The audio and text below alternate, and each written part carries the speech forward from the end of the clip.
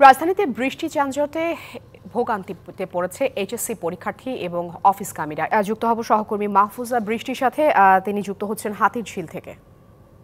বৃষ্টি, আপনার কাছে জানতে চাইবো যে আসলে যেহেতু শিক্ষার্থীরা এই বৃষ্টির মধ্যে পরীক্ষা কেন্দ্রে পৌঁছাচ্ছে, নিশ্চয়ই ভোগান্তির সম্মুখীন হয়েছে এবং যানজট তো আছে, সার্বিক অবস্থা জানাবেন।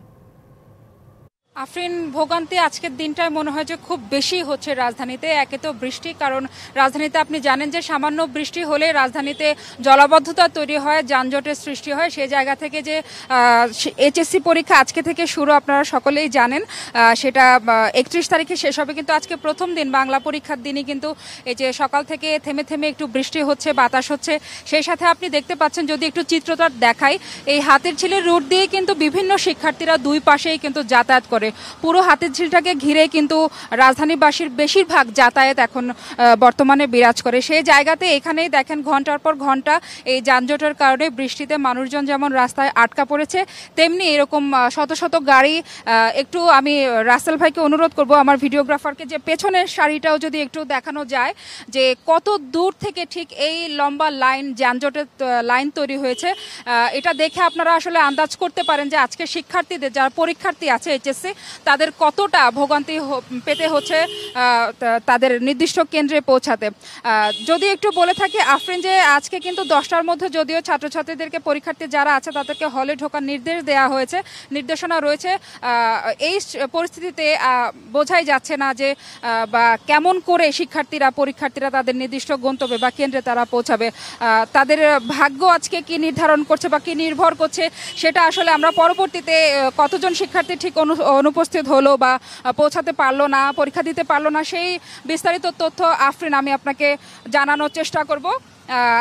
আপাতত আমি আপনাকে এই রাস্তার পরিস্থিতি দেখিয়ে বোঝাতে চাই যে আজকে পরীক্ষার্থীদের কতটা বিড়ম্বনা পড়তে হচ্ছে। আফরিন। বৃষ্টি, আপনাকে ধন্যবাদ। নগদের কাছে সব গ্রাহকই প্রিয়, তাই তো সারা দেশে ক্যাশ আউট চার্জ সবচেয়ে কম। রাজধানীর ফার্মগেট থেকে যুক্ত হচ্ছেন সহকর্মী কামরুল হাসান। কথা বলবো তার সাথে। কামরুল, যেহেতু আজকে এইচএসসি পরীক্ষা শুরু হচ্ছে, সেই সাথে অফিসের একটা সময় নির্ধারণ করা আছে, সকালেই সবাই অফিসে ঢুকবেন, এই সময় বৃষ্টিতে যে জনভোগান্তি তৈরি হয়েছে, বিস্তারিত জানাবেন। আপনাকে ধন্যবাদ। আজ রবিবার, সপ্তাহের প্রথম কর্মদিবস। লোকজন অফিসের উদ্দেশ্যে ছুটছে, মানুষজন বেরোচ্ছে ঘর থেকে। তো এই যাত্রায় কিছুটা ভোগান্তি বাড়িয়েছে সকালের বৃষ্টি। আপনি নিশ্চয়ই অবগত আছেন, সকাল 9:30 নাগাদ বৃষ্টি হয়েছে। কিছুটা সেই বৃষ্টিতে কিন্তু লোকজন ভোগান্তিতে পড়েছে। তো আপনাকে একটা বিষয় একটু জানিয়ে রাখি, আজ কিন্তু শুরু হয়েছে এইচএসসি পরীক্ষা।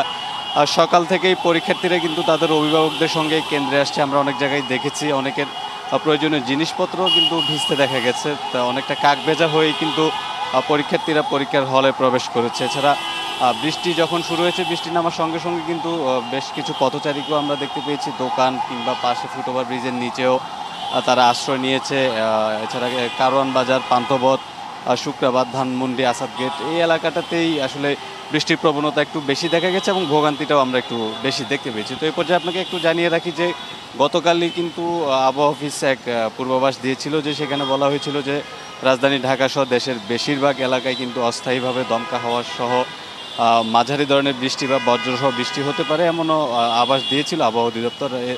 তাছাড়া তারা জানিয়েছে যে রংপুর, রাজশাহী, ঢাকা, ময়মনসিংহ, বরিশাল, চট্টগ্রাম, সিলেট এর বিভিন্ন জায়গায় আপনার অস্থায়ী দমকা হাওয়া সহ হালকা থেকে মাঝারি ধরনের বৃষ্টি বা বজ্রসহ বৃষ্টি হতে পারে। তো আপনাকে যে বিষয়টা একটু জানিয়ে রাখতে চাই, যে সকালের দিকে আসলে বেশ ভোগান্তি থাকলেও এখন কিন্তু তেমন একটা ভোগান্তি হচ্ছে না। হয়তো বৃষ্টিপাত যদি বাড়তে থাকে, সেক্ষেত্রে হয়তো ভোগান্তির পরিমাণটা একটু বাড়বে বলে আমরা আশঙ্কা করছি।